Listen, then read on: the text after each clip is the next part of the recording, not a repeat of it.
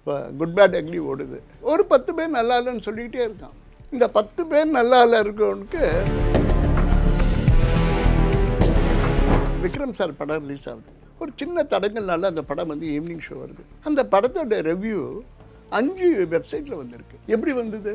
அவன் படமே பார்க்கல, பழைய ஷார்ட்ஸு, பழைய கிளிப்பிங்ஸு, பழைய தியேட்டர் ஆடியன்ஸை போட்டு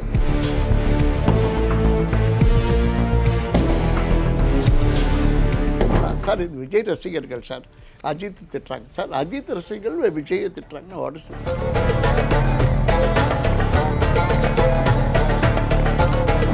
எனக்கு தெரிஞ்சு 20 heroine they call me.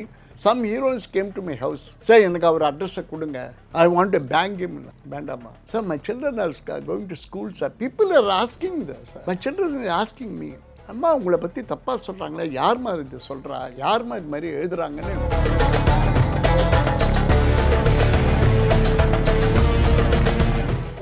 Diamond அப்படின்னு ஏன் உங்கள் பேருக்கு முன்னாடி இருக்கு? அப்போ வந்து மை நேம் வாஸ் ஞானசாகரம். ஓ, என்னோட கிராண்ட்ஃபாதர் நேம் தான் எனக்கு. ஸோ நான் டைமண்ட்ஸ்னு கிளப் வச்சு I started screening 2 films a month. Exhibition ground, Island கிரவுண்டில். அந்த எக்ஸிபிஷனுக்கு வந்து சிவாஜி சார் இனாக்ரேட் பண்ணுறாரு. KR Vijayamma lighting up the lamb. சரின்ட்டு போய்ட்டு 2 பேரும் வந்துட்டாப்போ இன்விடேஷன் ரெடி பண்ணிட்டு உங்கள் நல்லவர்வை, அதாவது with best compliments from diamond பாபுன்னு போட்டார். ஸோ எனக்கு என்னென்னா, எனக்கு டக்குன்னு பாபுன்னு என் பேர் தெரியும். இந்த டைமண்ட் அப்பா இது போட்ட உடனே it became diamond Babu. So அப்படியே எனக்கு டைமண்ட் பாபுன்னு வந்துடுச்சு. ஒரு பிஆர்ஓவோட டியூட்டிஸ், ப்ரைமரி டியூட்டிஸ்னா எங்கேருந்து ஆரம்பித்து எது வரைக்கும் இருக்கு? அதான். So then I have to recall from 1986 when படம் வந்து ஆரம்பிக்கிறச்ச பிஆர்ஓ கூப்பிட்டு ஆரம்பித்து யார் யார் போட்டால் நல்லா இருக்கான், அவங்க யார் அவைலபிளாக இருப்பாங்க, எப்படி அவங்கள காண்டாக்ட் பண்ணுறது, அந்த ஸ்டேஜ் போயிட்டே இருந்தது. சடன் ஸ்டேஜ்னு ஆகிப்போச்சு. Director, assistant directors, production managers, எக்ஸிக்யூட்டிவ்ஸ்லாம் ஆர்டிஸ்ட் ஃபிக்ஸ் பண்ண ஆரம்பிச்சிட்டாங்க. ஸோ பூஜை அன்றைக்கி தான் எங்களுக்கு தெரிய வருது, ஹீரோ ஹீரோயின் மட்டும் தெரியும், கூட யார் நடிக்கிறாங்க, யார் டெக்னீஷியன்ஸு, அந்த லெவலில் வந்தது. அது ஒரு 10 வருஷம் ஓடிக்கிட்டே இருக்குது. இன்றைக்கி என்ன ஆகிப்போச்சு, every director is closely associate with an artist, with an technicians, with a music director. எல்லாருக்கூட வந்துட்ட உடனே we come at the time of audio. இன்னும் நவடேஸ் வாட் ஹேப்பன்ஸ், படம் ரிலீஸ் ஆகிற வரைக்கும் எந்த இன்ஃபர்மேஷன், எந்த பப்ளிசிட்டி வேணால் படம் ஸ்டேல் ஆகிடும், ஓல்டு ஆகிடும் சொல்லிவிட்டு என்ன ஆரம்பித்தா, ஆடியோ லான்ச் அப்போ தான் எங்களை கூப்பிட ஆரம்பித்தேன். ஸோ ஆடியோலேருந்து 1 மந்த் ரிலீஸ் வரைக்கும் ஒர்க் வில் பி டைட்டு. முன்ன 12 மாதம் ஒர்க் பண்ணி இந்த வேலை 1 மாதமாக ஆகிப்போச்சு. Only because of mobile and social media. So social media வர்றதுனால பிஆர்ஓ நியூஸ் கொடுக்குறான்னு நினைக்கிறாங்க. இந்த சோஷியல் மீடியா வந்து இட்ஸ் வெரி எஃபெக்டிவ். ஆனால் பிஆர்ஓக்கு தான் பேர் கிடைக்கும். பிஆர்ஓக்கு வந்து ஒரு பொறுப்பு எப்படின்னா, அது எப்படிப்பட்ட படமாக இருந்தாலும் அதை நல்ல விதத்தில் மார்க்கெட்டில் கொண்டு போய் சேர்க்கணும், மக்களுக்கு வந்து இப்படி ஒரு படம் வருதுன்றது தெரிய வைக்கணும். ஆனால் இப்போ பார்த்தீங்கன்னா நெகட்டிவ் இன்ஃப்ளூயன்ஸ் அபவுட் எனி மூவிங்கிறது வந்து பயங்கரமாக போயிட்டுருக்கு. படம் ரிலீஸ் ஆகி ஃபஸ்ட்டு ஷோ முடியறதுக்குள்ளரே வந்து எதையாவது ஒன்றத்தை பேஷ் பண்ண ஆரம்பிச்சிடுறாங்க. இப்போ இது வந்து உங்களுக்கு டஃப்பாக இருக்கா, இல்லை இது கூடுதல் பொறுப்பாக உங்களுக்கு ரொம்ப ஃப்ராங்காக சொல்லணுமா, சம்பாதிக்கணும்னு பல பேர் வந்து இந்த தொழிலில் வந்து கெடுக்கிறாங்க. அதுதான் நான் சொல்லுவேன். ஒரு விக்ரம் சார் படம் ரிலீஸ் ஆகுது. ஒரு சின்ன தடங்கள்னால அந்த படம் வந்து ஈவினிங் ஷோ வருது. அந்த படத்தோட ரிவ்யூ 5 வெப்சைட்டில் வந்திருக்கு. எப்படி வந்தது?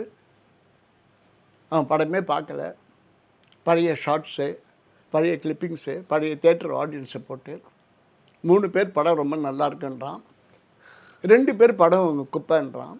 எப்படி ஜீர்ணிக்கிறது சொல்லுங்கள்? படம் வந்து ஏதோ ஒரு சின்ன காரணத்தினால நூன் மேட்ரினி சொன்னால் ஈவினிங் ரிலீஸ் ஆகுது. ஈவினிங் எடுத்துகிட்டு நைட்டு அவன் யூடியூப் போட்டாலும் பரவாயில்ல, படமே ரிலீஸ் ஆகலை, காலையில் வந்து ரிவ்யூ பண்ணுறானுங்க. ஸோ அப்போ பார்க்குறோம் என்ன நினைப்பா, என்னடா படம் ரிலீஸ் ஆகலைன்னாங்க, இவனுக்கு எப்படா படம் கிடச்சிது, எங்கே போய் பார்த்தான்னு. ஸோ எவ்வளோ தப்பாக இருக்குது.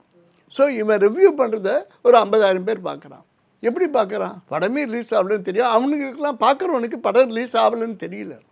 இது எவ்வளோ பெரிய தப்பு. படம் பெரிய ஹிட்டு, அதுக்கப்புறம் நிறைய ரிவ்யூஸ் வருது. பட் இந்த 5 பேரை நான் நிறைய டிஸ்கஸ் பண்ணேன். சார் இந்த 5 பேரை பேன் பண்ணுங்க சார், படமே ரிலீஸ் ஆகாமல் ஒரு படத்தை நல்லா இருந்தால் பரவாயில்ல சார், 2 பேர் தப்பாக பேசுகிறான். அவன் ப்ரொடியூசர் எவ்வளோ செலவு பண்ணியிருப்பான், ஒரு ஆர்டிஸ்ட் எவ்வளோ கஷ்டப்பட்டு நடிச்சிருப்பான். இதுதாம்மா இன்றைக்கி இண்டஸ்ட்ரியில் வந்து கஷ்டமாக இருக்குது. இப்போ குட் பேட் அக்லி ஓடுது, எல்லாருமே நல்லா இருக்கேன்றாங்க. ஒரு 10 பேர் நல்லா இல்லைன்னு சொல்லிக்கிட்டே இருக்கான். இந்த 10 பேர் நல்லா இல்லை இருக்கிறவனுக்கு பாயிண்ட்ஸ் ஜாஸ்தி வருது, அப்போ வியூவர்ஸ் கூட இருக்காங்க. ஸோ அப்போ என்ன அர்த்தம், எல்லா யூடியூப் பார்க்குறாங்களா இல்லை அவனை மட்டும் ஃபோக்கஸ் பண்ணுறாங்களான்னு தெரியல. ரெண்டாவது, இந்த தப்பாக சொல்லியே பேர் வாங்குகிற யூடியூபர்ஸ் நிறைய பேர் இருக்காங்க. அது எப்படி கவர்மெண்ட் தான் ஸ்டாப் பண்ண முடியும்.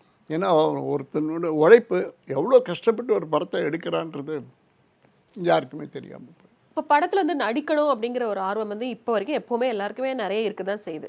ஸோ அவங்க ஒரு ஒரு ஹெல்த்தியான ஒரு அப்ரோச் படத்தில் வந்து காஸ்ட் ஆகணும் அப்படின்னு சொன்னால் அதுக்கு பிஆர்ஓ மூலியமாக போகிறது சேஃபா இல்லை வேறு ஏதாவது வழிகள் இருக்கா?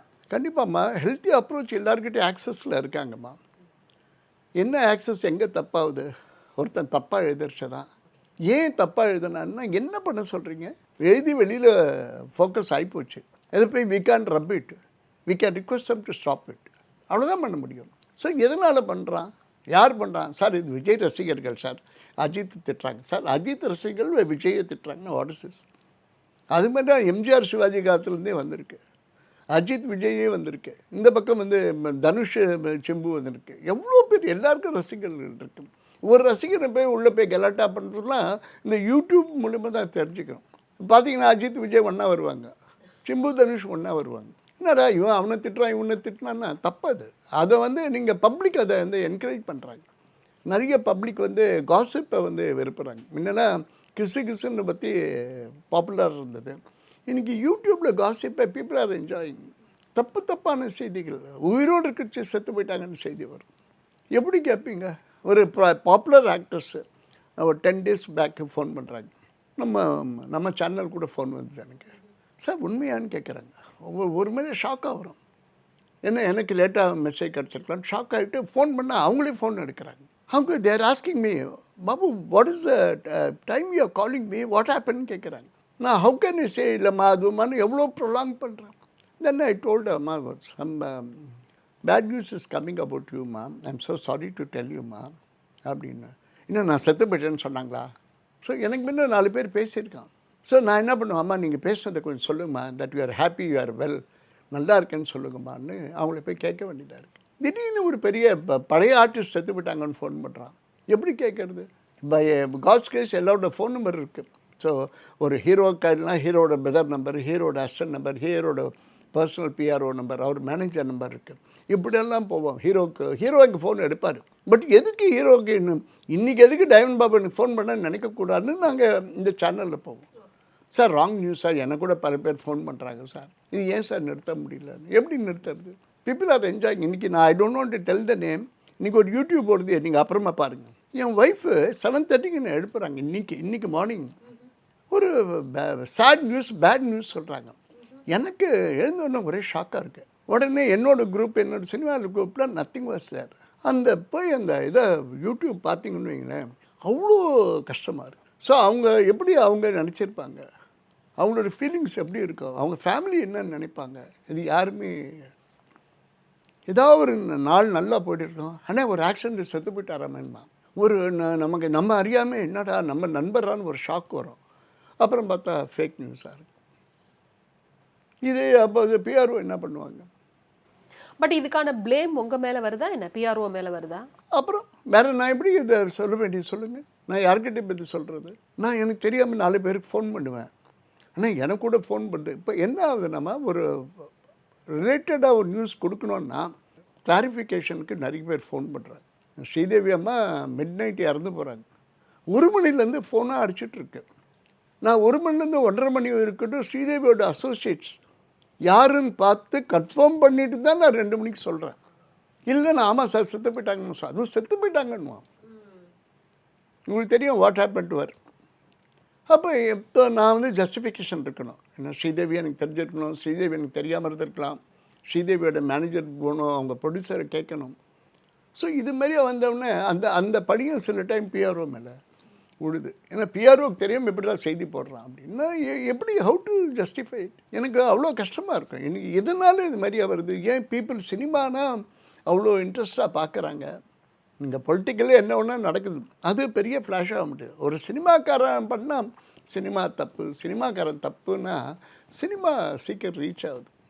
ஸோ அதான் நான் நினைப்பேன், நம்ம அப்படி தான் ரீச் ஆகிட்டோமோன்னு நினைப்பேன். உங்களுடைய லைஃப்பில் நீங்கள் ஃபாலோ பண்ணுற கொள்கைகள், நான் என்னுடைய வேலையில் எவ்வளோ பைசா கொடுத்தாலும் நான் இந்த காரியத்தை பண்ண மாட்டேன். நான் ஐம் ஸோ சாரிம்மா, நான் யாரும் எனக்கு வந்தால் நான் அவனை விடவே மாட்டேம்மா. நான் அது மாதிரி என்கிட்ட இன்ஃப்ளூயன்ஸ் யாரும் கிடையாதும்மா. என்னை பற்றி அவனுக்கு தெரியும், புரிஞ்சுங்களாம்மா. நான் வாழ்ந்துட்டேன். நீ நீ நீ என்ன இப்போ 60 வயசுக்கு மேலே ஆகிப்போச்சு, இன்னும் என்ன சொல்ல முடியும் சொல்லுங்க. பட் இன்றைக்கி பிஆர்ஓஸ்க்கு வந்து ரெஸ்பெக்ட் வந்து கம்மியாகிட்டே வருது. என்ன காரணம் கம்மியாகிட்டு வருதுன்னா, every hero, every technician, every one have their personal PRO. இப்போ பிஆர்ஓவா ஆகணும்னா கூட அதுக்கு நிறைய இன்ஃப்ளூயன்ஸ் இருக்கணும்னு எதிர்பார்க்குறாங்க. கண்டிப்பாம்மா. பிஆர்ஓ வந்து என்ன பண்ணுறான், இவனுக்கு 4 படம் கிடைக்குதே, எனக்கே 8 படம் கிடைக்கலன்னு. By God's grace my 600th film சார்கிட்ட just mister Mahendran sir was producer for Vikram. Just அவர்கிட்ட சொல்கிறச்ச எனக்கு 600th ஃபிலிம்னு விக்ரம் படம். கமல் சார் டைட்டில் 600th ஃபிலிம்னு போடுறாரு. ப்ரெஸ் மீட்டில் என்னை கூப்பிட்டு ஹானர் பண்ணுறாரு. எந்த ஹீரோ வந்து பிஆர்ஓ ஹானர் பண்ணியிருக்காங்க சொல்லுங்கள். உங்கள் மனசுக்கு ரொம்ப க்ளோஸ் டு ஹார்ட் மூவிஸ்னு ஏதாவது இருக்கும்ல, நிறைய இருக்கும்ல. எனக்கு ஆரம்பத்துலேருந்து அது மாதிரி ஒரு லக்கி பிஆர்ஓ ஆகிட்டோமா. ஒரு 10 படம் எனக்கு நான் ஃபஸ்ட்டு 10 படம் சொன்னாலே நீங்கள் ஆச்சரியப்படுவீங்க.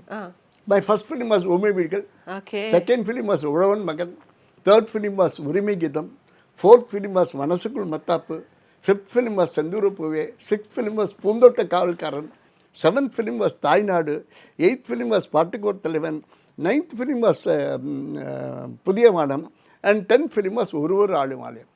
10 படமும் எனக்கு 100 days ஓடினது வந்து எனக்கு தெரியல. எங்கள் ஃபாதர் எழுதி வச்சுருக்காரு.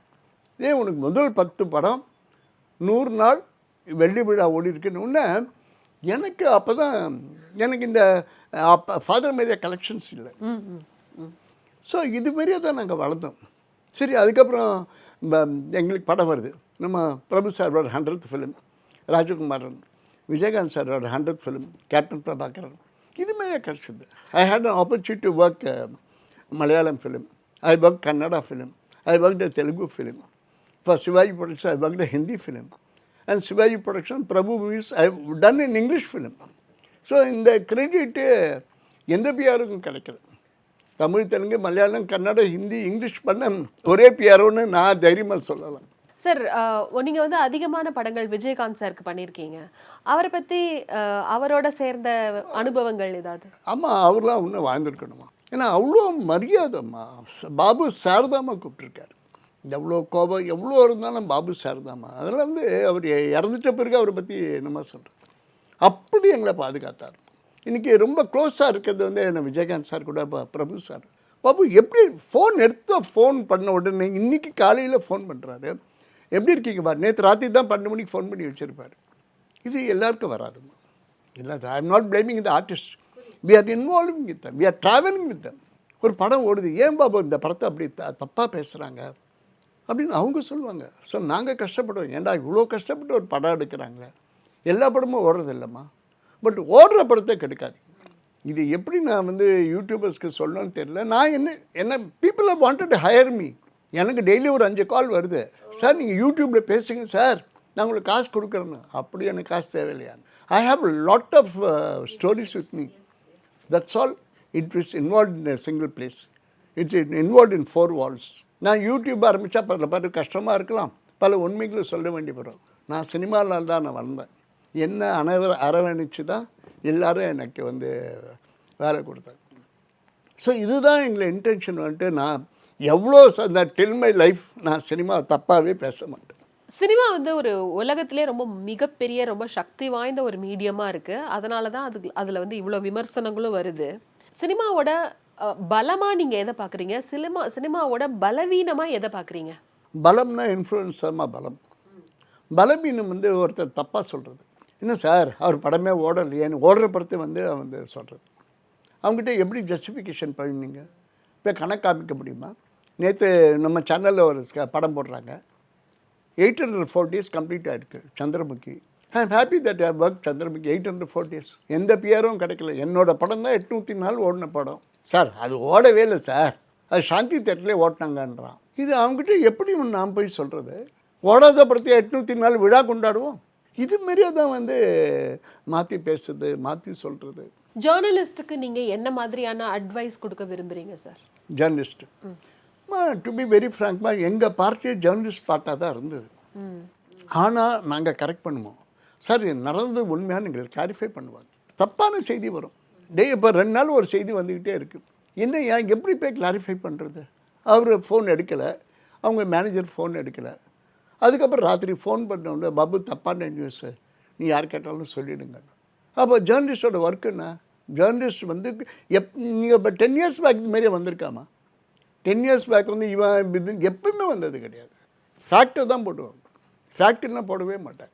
சினிமாலேருந்தே ஒருத்தர், ரொம்ப ஃபேமஸான ஒருத்தர், ஒரு சேனலே வச்சு நடத்திட்டு இருக்காரு, வெறும் நெகட்டிவ் நியூஸ் மட்டுமே சொல்லி. ஹீ இஸ் ஆல்சோ பிஆர்ஓன்னு நினைக்கிறேன். நான் சொன்னேன், இப்போ எங்களை பார்த்த உடனே நாங்கள் ஒரு மீட்டிங் நடத்தி அவர் வந்தார்னா நாங்கள் அவரை பார்ப்போம். சரி, ஏன் எங்கிட்ட சரின்றாரு? எங்கள் ஃபாதர்கிட்ட ஒர்க் பண்ணவர், எங்கள் அப்பா பற்றி தெரியும், மரியாதை, அவ்வளோதான். நான் போய் பின்னாடி பேச நான் என்னம்மா பண்ண முடியும்? பட் ஏன் அவர் என்கரேஜ் பண்ணுறாங்க? அதுதான் நான் கேட்குறேன். இன்னும் அது யாருக்கிட்டமா சொல்கிறது? என்னை வாழ வைக்கும் யூடியூப் நேயர்களுக்கு ரொம்ப வணக்கம் சொல்கிறாரு ஆரம்பித்தோடனே. அதை போய் பொய்யாக்கக்கூடாது. நல்ல செய்தியும் சொல்லியிருக்காரு. சில செய்தி சொல்ல மற்றவங்களை இப்போ நானும் பல தடவை சொல்லுவேன், யாரையும் ஹர்ட் பண்ணாமல் சொல்லுங்கன்னு. மெனி ஹீரோயின்ஸ், எனக்கு தெரிஞ்சு 20 heroine they call me. Some heroines came to my house. Sir எனக்கு அவர் அட்ரஸை கொடுங்க, I want a bank came. வேண்டாமா sir, my children are going to school sir. People are asking the sir, my children is asking me, அம்மா உங்களை பற்றி தப்பாக சொல்கிறாங்களே, யார்மா இது சொல்கிறா, யார்மா இது மாதிரி எழுதுகிறாங்கன்னு. நாட் ஒன்லி எவ்வளோ பேர்கிட்ட என்ன கேட்டிருக்காங்கம்மா. I have to go search them.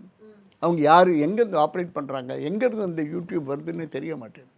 So அவங்கள பற்றி தம்பி எல்லாம் சொல்லாதீங்க தம்பி, ஃபேமிலியை ஹர்ட் பண்ணாதீங்க தம்பின்னு, தம்பி தம்பி தம்பி சாருன்னு மட்டும் நிறைய நான் வந்து யாரையும் கோபமாக பேச மாட்டேன். நான் வந்து சப்போர்ட் பண்ணி பேசுவேன். இது மாதிரி சொல்லாதீங்க, அவங்க ஹர்ட் ஆகுறாங்க. அப்படியே நிற்கும்.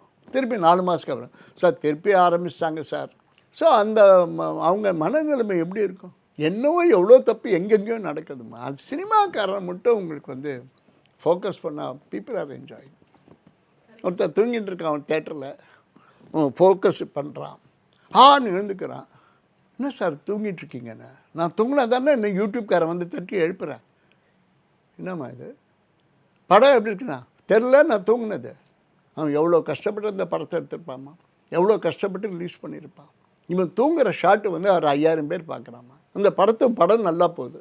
இது எல்லாருக்கும் ஜஸ்டிஃபிகேஷன் சொல்ல முடியலம்மா. அவங்க மனசாட்சியோடு எழுதணும், மனசாட்சியோடு பேசணும். எல்லா படமும் நல்லா இருக்குன்னு சொல்லணும்னு அப்படி சொல்லலாமா? நான் வந்து எந்த படத்தையும் எல்லா படமும் ஹிட்டுன்னு சொல்லலாமா? கஷ்டப்பட்டு படம் எடுக்கிறான். நீ நல்லா இல்லைன்னு சொல்லு, 4 நாளைக்கு அப்புறம் சொல்லு, 3 நாளைக்கு வர க்ரௌடை கெடுத்துடாத.